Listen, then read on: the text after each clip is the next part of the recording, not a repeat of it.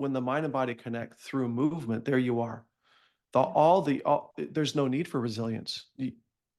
You simply are, right? It's when you're not in that and the other dynamics happen. You get caught up in the analytical mind or caught up in the evaluative mind and all those things. And that's cool and that's needed for our everyday lives. But Mhm. to not have, going back to our practice, to not have a practice, mindfulness based practice or mindful movement based practice that develops a sense of mindfulness and to help us learn to create that space, it could be quite difficult. Hi, conscious parents. It's Carrie here, and I am here with a little info about raising our mindful kids. I've got some tips and tricks about breaking free of the box and becoming who you are and teaching your kids how to do that along the way. Join us. Hi there, and welcome back. I'm Carrie, your friendly mom intuitive here, and I have a real treat for you today. I have a guest who has worked in the educational realm with teaching and administration side, Mr. Rob Owens here today, or Mr. Rob Owen here today, and he has that 20 years of experience. One thing that I loved, and I'd love to connect with him today on, is how he has brought in pieces of Tai Chi and other tools to help reduce stress, to help build that mind body connection. And I was just telling Rob that I love to focus on these pieces with our kids today, and our listeners love these pieces. It's really shown so much growth in my kids, and I'm hearing about it helping so many other kids, especially kids who are born spirited, gifted, and highly sensitive. So thanks so much, Rob, for being here today. Yeah, thanks for having me. I appreciate it. Yeah. So I read that you had incorporated pieces of Tai Chi, and I was wondering if you incorporated pieces into your classroom with it as well. I do, yes. I've been doing Tai Chi for many years now, 20 plus years, and had brought it into the classroom many years Wow. ago before mindfulness was a popular thing. It was the early 2000s, and it was like, what's going on in here? And it was more of a sitting meditation that I was taught. And then over the years, I was a practicing martial artist, Chinese martial arts, mostly Shaolin and Tai Chi and Qigong. And yeah, so over the years, I just started to bring it into the classroom just to get the kids focused. I'd bring it in the morning. Right when they get there, they line up and you make your eye contact, you give them knuckles, they go and sit down, and then they say, "Okay, time to stand up." And I would just introduce a single movement and just to relax them and ground them for the day. And I started doing that after lunch as well, because the kids are a lot of times dysregulated after lunch as well. They have that outside energy into the qigong in particular will bring that outside energy more into the internal world.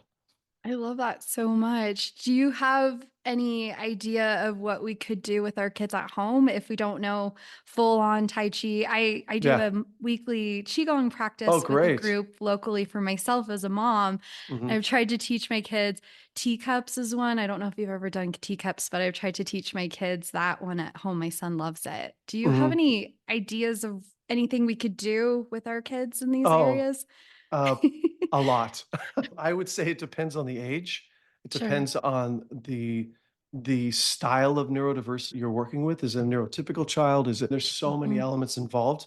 Yeah. Excuse me, but maybe I could just throw out a scenario. So let's say we have a dysregulated child that let's see what could happen. Maybe they're playing their video games and it's time to get off the video games, right? Mm. And some children Yes. have difficulty with transitioning, Yeah. whether it be out of a classroom into a classroom, off video games, something that's really engaging. And then all of a sudden, okay, it's time to do something that they don't want to do. It's time to clean your room or something like that. I always start with, we could go into the ADHD kind of realms or the realms of kids that show that kind of body-based energy is I usually start with a timer and then I just remind them, hey guys, we're gonna about 5 minutes and then in about 3 minutes and then slowly and then they can see something. So that's really helpful. Mm. For some kids that could add an anxious factor. So it Yep. depends. Some kids, it's like, cool, solid, concrete. I know when this is going to stop. I know when I have to turn this game off. And some kids, it can cause a sense of anxiousness. So depends on the child. And then once you do that, usually the brain's still in the beehive. It's Mhm. still in there. And so what I always do is I have the child stand up and turn away from that screen. And it could be outside, ideally, if you live in an area where you can go outside. Obviously, next to a big redwood is ideal. because of the rootedness and the energy of the tree. But if you don't have that, then you would just simply go somewhere else in your room that you're not pointed anywhere near. So out of sight, out of mind kind of idea. And then you just have them do a simple grounding practice. It wouldn't necessarily be called Tai Chi. We could talk about the differences of Tai Chi and Qigong, but I would start with a grounding practice in Qigong, and it could just be a gathering, could be a gathering thing. So the feet are shoulder width apart, the breath's in the belly, the coccyx is slightly tucked, the shoulders are relaxed, and just maybe just three, I don't know, just three of these. Just simple, so just a basic inhale and an exhale. And as you do that, the whole body breathes. So the whole body moves. So when you inhale, all of your energy is moving upward and then your energy is moving downward. And you take a moment, like that space between when you're at the beach and the waves go and there's that little space there. It's the same in breath and movement. You want that space to be there at the bottom for a moment and then knees slightly bent. The intent goes to the bottom of the feet, grounding. You just do 3 to 5 of those. In general, that'll at least it'll start to switch. It'll switch something in them. If you do up to 8, I think 8 is when they start to get even the mind body really kicks in and the Mhm. groundedness really kicks in. But if you could just get 3 in, it'll be enough to like, okay, and depending on who it is, take them by their hand and start grabbing all their dirty socks in their room. I love that. And for Yeah. those that are listening online, because you could see it in the video, I loved it. Rob was bringing his hands in a circular motion toward the Mhm, ground and then mhm, up around toward the sky. They mhm, were going outward, up around mhm, toward the sky, and then back mhm, down toward the ground in front of mhm. you. Yep. I love that. And also turning your body away from the thing that Key, you are focused on. key. Love Yeah. it. Yeah, it's like you out of sight, out of mind, but there's a connection when like how we are now. It's heart to heart. I had to, sorry. It's heart to heart, right? So if your intent is here, the mind, the heart, all the chakras are aligned towards you. When you move the whole body away from something else, fundamentally it just switches the experience. And then you move into the mind body connection. But you have to get out of that space. There's lots of ideas about you are your environment. You are what you are surrounded by. So if you can even leave that room, if you can during a transition and then do it, that's even more helpful. I love it. And yeah, it can be computer games, video games. For my Yep. son right now, it's Yeah, no, me model too. trains. Oh, wonderful. That's model trains are wonderful. Yeah, yeah. So Yeah.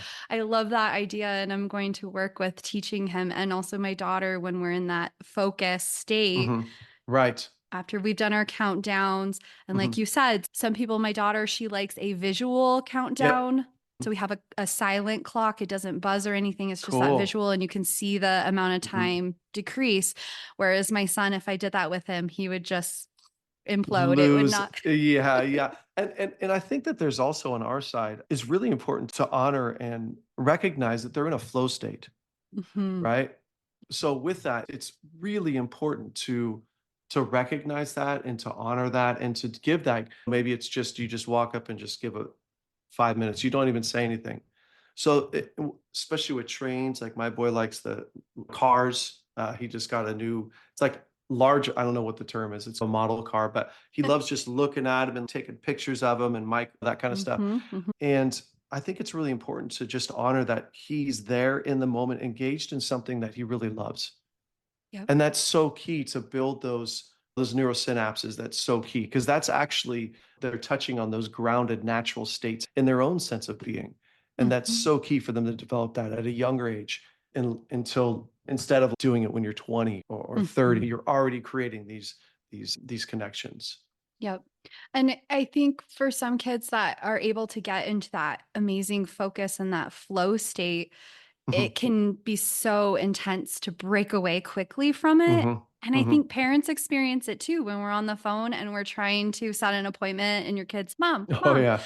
So that's that same, right? You're focused and you're trying to get it done. So I try to think of that because it can be hard to tell people they're in their flow state, but if we can help people to understand this is what your flow state feels like, this Right. is when you're in it, and this is what it feels like to be pulled out of it so quickly, then we can Mhm. understand why our kids may show frustration or have a hard time coming out of it. So I love Yeah. that. Yeah. Yeah. I was going to mention, so I just sent my kids off to school a little while ago. Mhm. And my kids are both empaths, and so Uh-huh. one thing Oh, that yeah. we do before we leave for school, I tell them to this is a, or exercise that I started as a teacher when I would go into the classroom or as a speech therapist, is I Mhm. would do a white light. I picture a white light spiraling around me, and then I picture a gold light starting at the top of my head and spiraling around me, and I always say, "No negative energy allowed, only positive energy." So I tell Mhm. my kids white and gold light, and I have them Mhm. do it, and I can hear them say it to themselves, and it's great. It's a great That's little, cool. yeah. So as they're getting into the car, dad takes them to school. As they're getting in the car, I say white and gold light, and I just try to Mhm. remember it every morning. Do you have any idea of something that we could do, like a cleansing or anything at the end of the day when our kids come home, our empathic kids, or even just kids that are holding it together all day to Uh, be the best y behavior all day? yeah, there's a lot of elements to that because when you're working with an empath or an empathic child or human being, as I'm sure you well know, the to recognize what's yours and what's not yours Mhm. is so key. To try to what is that recognizes what is not me, Yeah. right? Or what is me? What's being given to me? And then where is that boundary? Right? And so to recognize that, I love how you did the white light, gold light, because it's like the child is able to know before they walk into school, there they are. They're Mm. walking down the field, the soccer field to get to their classroom. There's no distractions, there's no other energies around. It's their feet on the ground. And then Yeah. when they get to the classroom, all these energies come in. It's what do I do with all that? Because it's not just the words that others are saying, it's actually physical space. It's Mhm. actual emotional energy coming at them, and how do they negotiate? That can make a child, like, super tired throughout the day. Like, my Mhm. boy comes home and he's so tired. And it's the classic, "How's school, son?" "Good." And it's just because he's so tired, like, it's such a big thing. It's not, "Oh, we learned this in math, and we learned this in science." It's the social element and the energetic exchanges that us humans have throughout the day are so they can cause such complexities in our emotional selves and definitely in our psychological selves. And then it gets caught up in their bodies. And so Yep. to have a practice of, I would say we do this thing in Qigong, it's called dispersing energy. And there's different ways to do it. Sometimes it's like body tapping. Mhm. So we call it knocking on the gate. So sometimes we'll do that. Sometimes there's like simple stomps at the end of a Bodwa Jin. I don't know if you do Bodwa Jin, which is a I don't know what's up with my voice. Sorry. Bodwa Jin is, are you familiar with that? It's a Qigong set. It's an older Qigong Oh, set. Anyway, it's just a mm, set of 8 movements. And okay. at the end, I'll have to look that up. there is a energy dispersal. And it's basically you just lift your hands and you lift your heels at the same time and then you stomp down and then you Mm. think I was taught by my sifu, you think of black smoke going out of your heels into the ground.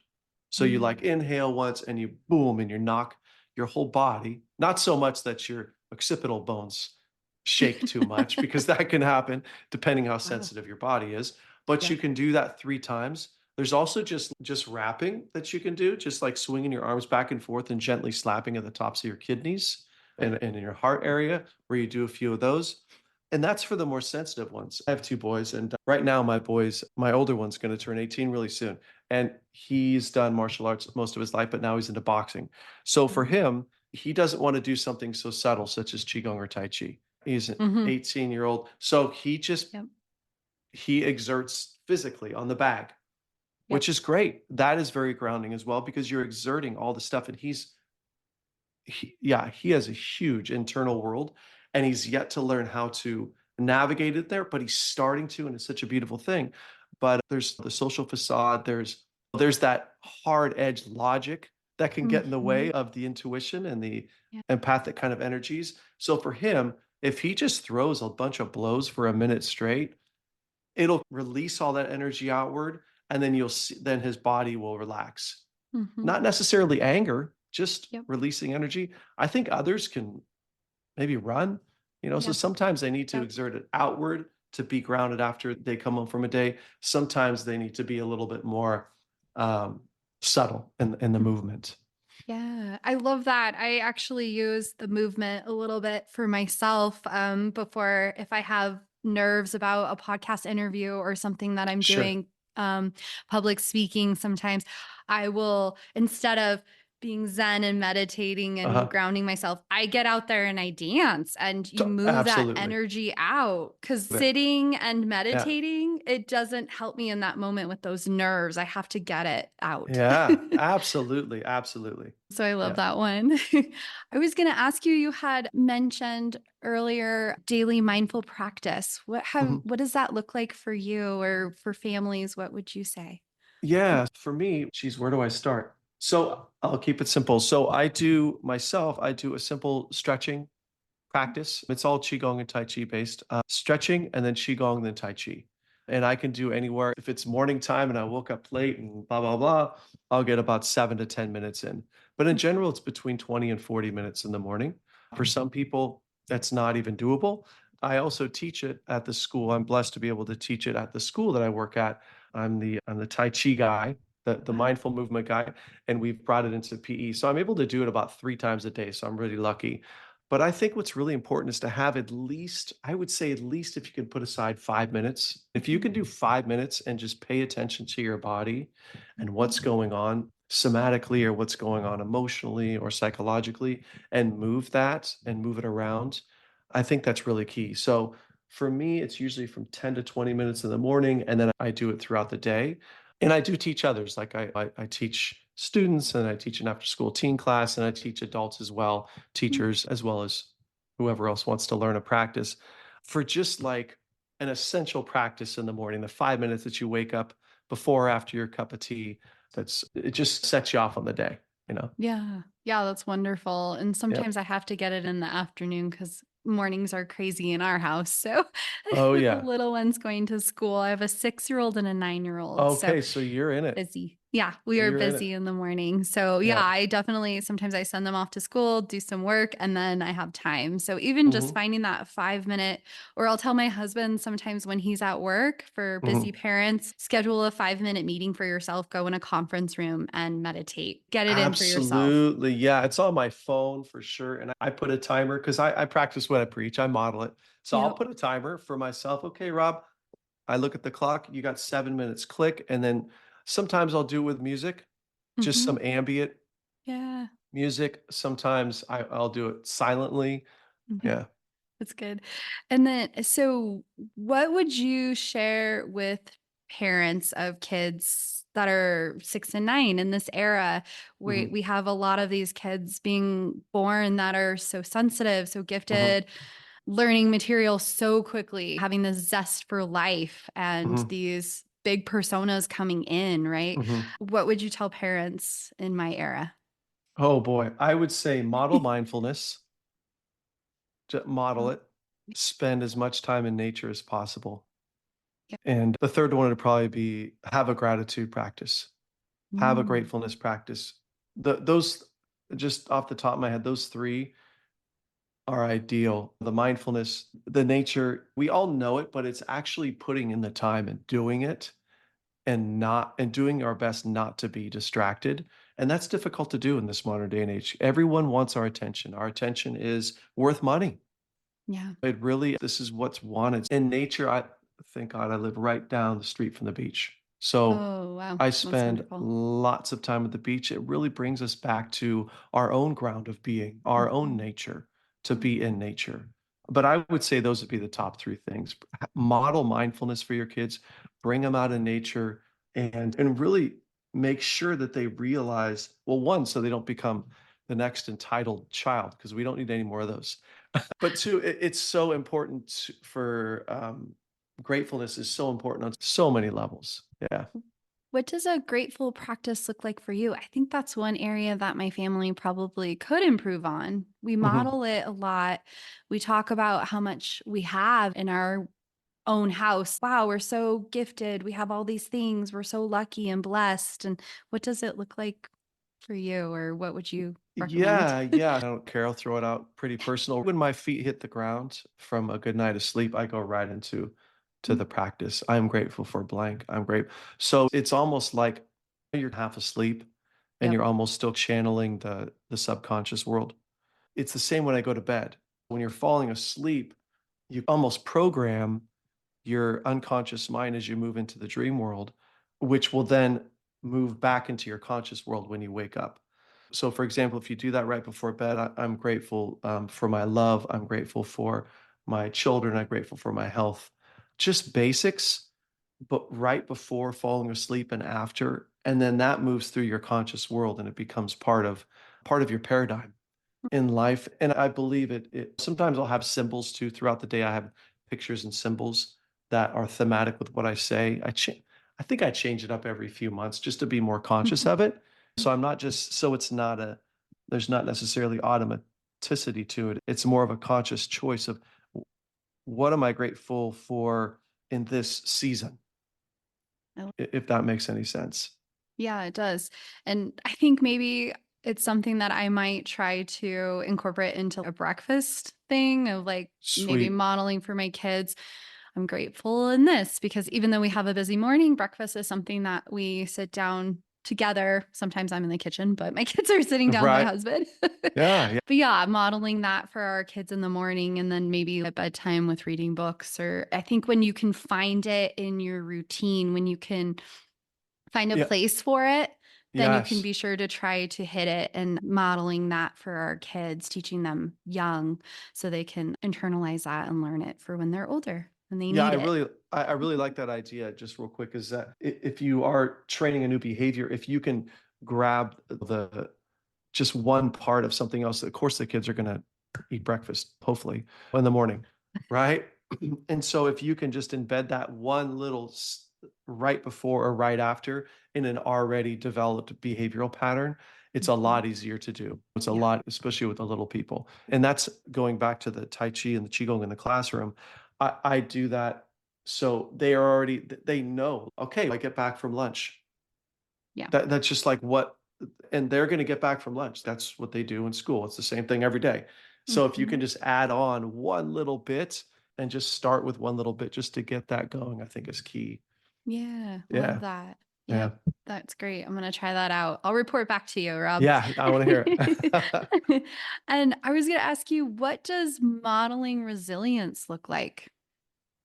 Oh, modeling resilience, that's a good question. I think resilience starts with mindfulness. There's Mhm. this space between when you're talking about the internal environment, the perceiver and the emotions, the perceiver and the thoughts, right? So the idea of metacognition, thinking about what you think. There's a space in between the perceiver and your emotions because you are not your emotions, you're not your thoughts. So if you think about the perceiver, your thoughts, the perceiver, your emotions, that space right there is what some call mindfulness, right? Mm. So if you recognize that space in between and you're not living 100% in the world of your mind and emotion and riding the back of each little bee that's your beehive mind, right? And you step back, you can see the normal tendencies of your interaction with the external world and how your internal world relates, right? And so if you can stay within that space and be present there, you'll see it's just a simple ebb and flow. Mhm. So if you notice the ebb and flow and you see it happening, you can therefore not buy into all of that. And if you decide not to buy into all that, which is a choice, your levels of resilience are much stronger, right? Because if you're caught up in the mess all the time, you're just moving with all of those dynamics and you're going to expect to fall down on your face over and over. And that's just not healthy, right? Mhm. But to step back and be able to see it happening and then choose, you know what? I do want to go with that. I do. Okay, cool. Do it. That's your choice. So resilience comes from ultimately a sense of mindfulness that lets you see all of the ups and downs and dynamics that come from you or come to you. And then you have a choice. Because otherwise, after a while, if you're living in that world, you're just going to get burned out. No matter how tough and calloused your heart gets, eventually it's going to take its toll. Yeah. And I feel like as we look into these pieces for ourselves and we start to practice this more and more, we realize how often we are in our minds, how Mhm, often we are living in those pieces and cycling. And the more I practice it, the more I mhm, started to recognize it and try to live in that space between, mhm. the better it feels, the easier it gets. I always say it's like lifting weights, right? The more you practice It's a it. it gets easier. Yeah, it's like a muscle. And then of course, like the mindful movement is key, right? Because then we're entering the body-mind connection and the flow states. Mhm. And that's ultimately how, at least I believe, how reality works. All the other stuff's kind of just an extra. If Yeah. you look at all the animals in the world and everything else in the world, they simply are, right? And Yeah. so when the mind and body connect through movement, there you are. Yeah. There's no need for resilience. Yeah. You simply are, right? It's when you're not in that and the other dynamics happen, you get caught up in the analytical mind or caught up in the evaluative mind and all those things. And that's cool and that's needed for our everyday lives. But to Mhm. not have, going back to our practice, to not have a practice, mindfulness based practice or mindful movement based practice that develops a sense of mindfulness and to help us learn to create that space, it could be quite difficult. Yeah. Yeah. I love there's I feel like connection is such a big word, connection with ourselves, connection with others, connection with our kids. I wanted to ask you, what does focus on emotional connection versus correction look like for when we're raising kids? What does focus on? An Say that one more time. emotional. So what does if we focus on the emotional connection with our kids Okay. versus always correcting our kids? Oh, yeah, yeah, yeah. What does that look like? Yeah. So it's funny you put them in a dichotomy. Unfortunately, our school systems are based on the deficit paradigm. And so definitely our parenting should not be. It's just not the way to go. There should be an underlining strength that is always recognized. And if we'll just stay in the context of emotions, because you brought in emotions, I think it's key to have an emotional connection Mhm. with the child, obviously. And when you're talking about deficits, I don't even know if I want to go there right now because that's the thing. No, Because that's it's the a thing as a whole teacher, nother because chapter. it is because you just get caught up in your own negativity and if you're a Mhm. perfectionist, and Yep. that's a big thing. And usually the deficit-based paradigm doesn't involve strengths. So there's no balance. Therefore, it's just really not useful. Mhm. Emotional connection with kids is key. And I think that it happens in different ways. Some kids, you can say, "Hey, I'm noticing that you're upset."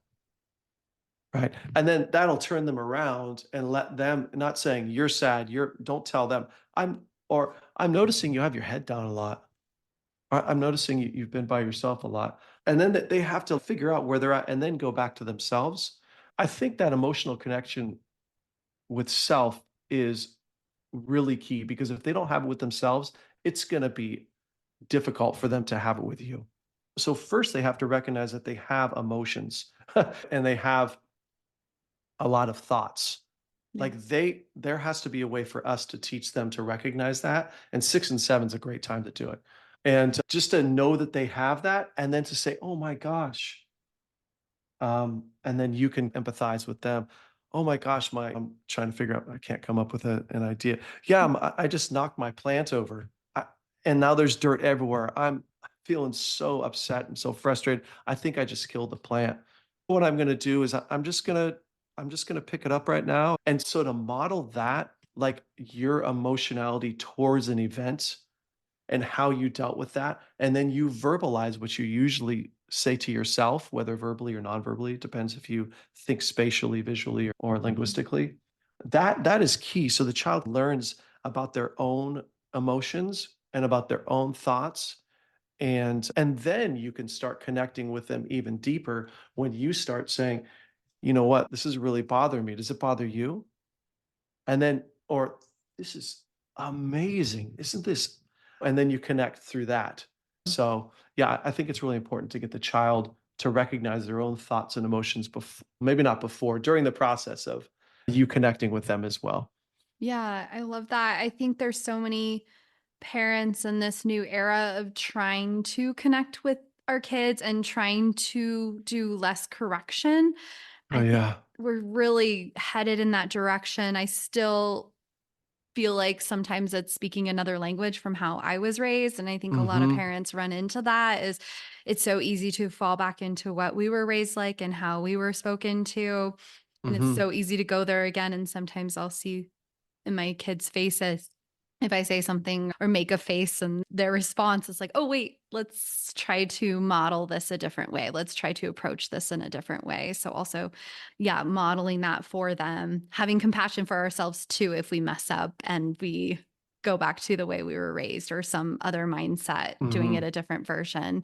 So, I wanted to touch, Rob, on your Move to Focus Oh, program. yeah. It Mhm. sounds really neat. Can you tell us about it? Oh, thanks. Yes, I got a story. Do we have a few minutes? Yes. Okay, Thank cool. you. Okay. I've been teaching for many years and obviously doing Tai Chi and Qigong for many years. And I recently, 4 or 5 years ago, started working at a school that we work with neurodiverse children. So we do have some neurotypical kids, but we have all the kids that show the signs of dyslexia, dyscalculia, ADHD, processing, all the good magical gifts that kids are given to Mm, work with. And I came in as most of the teachers were 10 years younger. Not that I'm that old, but most of them were 10 years younger. And it just so happened that we had 10 eighth grade boys, all I'd say about six, maybe seven with hyperactive ADHD. And then the other three, maybe processing things and dyslexia or something. mm. And they're like, let's just give him to Rob because he's the guy with the gray on his beard so he can handle it. And these boys were notorious. And I saw them in me Mhm, when I was that age. Classic, rambunctious, very energetic. So I get in the class and I start doing my thing just the first couple days, meeting up with them. It's all about relationship first, all about connection first, all about respect first, mm, getting at that level, but then making sure that there's a separation between the teacher and the student, but then letting them know that I can talk eighth grade shop as well if need be. So they see me like that. And after about a week or two, the honeymoon phase went away and things just started to go chaotic in the classroom and always. So I'm like, Rob, why aren't you I'm thinking to myself, why aren't you doing this? So I'm like, okay, hey guys, today we're going to go out to the yard and we're going to do some movements. And they're like, oh, Mr. Owen. I was like, it's just cool stuff. And so we start doing it. We start moving real slowly. And it was like a minute in, and the kid's yelling at another guy. This guy grabs a basketball. This guy, okay, this isn't going to work. So this group of kids needed more of they wanted to get a little more martial. They wanted to, they're thinking about Bruce Lee, they're thinking about Jackie Chan, they're thinking about, so this group I brought in more of a martial way. mm, Okay, so I grabbed their attention that way because they wanted to get more into self-defense. So I did a lesson on that, and then all of a sudden they were really engaged, like, oh, this is cool. And mhm, so after I did the movement fast, I said, you know what? Let's do it real slow. Let's see what it's like. Because Tai Chi fundamentally is a martial art, right? mhm, In mhm. comparison to Qigong, right? Yep. So we go real slow and we do it through movement. And they're like, oh, that's pretty cool. And then I use that movement to slowly teach them their first Tai Chi form, Mm, right? And then one of the teachers walks up, they're like, what did you do with these boys? I'm like, I don't know. They like to move their bodies. They're super physical. mhm. And then slowly teachers started to stand behind the boys. And they started doing the Tai Chi with me. And then Cool. admin walks by and they're like, that's really cool. I'm like, okay, yeah, it is. And then slowly they're like, hey, why don't you offer? Because we had a mindfulness program a little bit before, but it's more about sitting or thinking or visual Mhm, or audio mhm. based mindfulness. It wasn't full body based. They're Yeah. like, why don't you teach a class? I'm like, sure. And then the last couple of years, they've brought me in to teach literally classes in Tai Chi, but also there will be kids that are more ball based kids, Mm, like external energy, and then kids that are a yeah. little bit more internal and not necessarily they're a little more quiet. And so I'll take that group of kids and we'll go off into we have a forest surrounding our school, which is awesome. So Mm, my classroom is in the forest, and then we do wow. our stuff. So after that happened for a while, I'm like, I just need to I need to get this out to the greater. And so I'd started a business before, so I have that entrepreneurial spirit. That comes with the ADHD, of course, after years of refinements, of course. And so I started the business and I started picking it up, and then I went off to Las Vegas to push it a little bit. And there was a big conference. There was a lot of really cool feedback. And they're Mm, like, I've heard of yoga in classrooms, but Tai Chi. I'm like, yeah, Tai Chi and Qigong in the classroom. It's just like yoga, but a little different.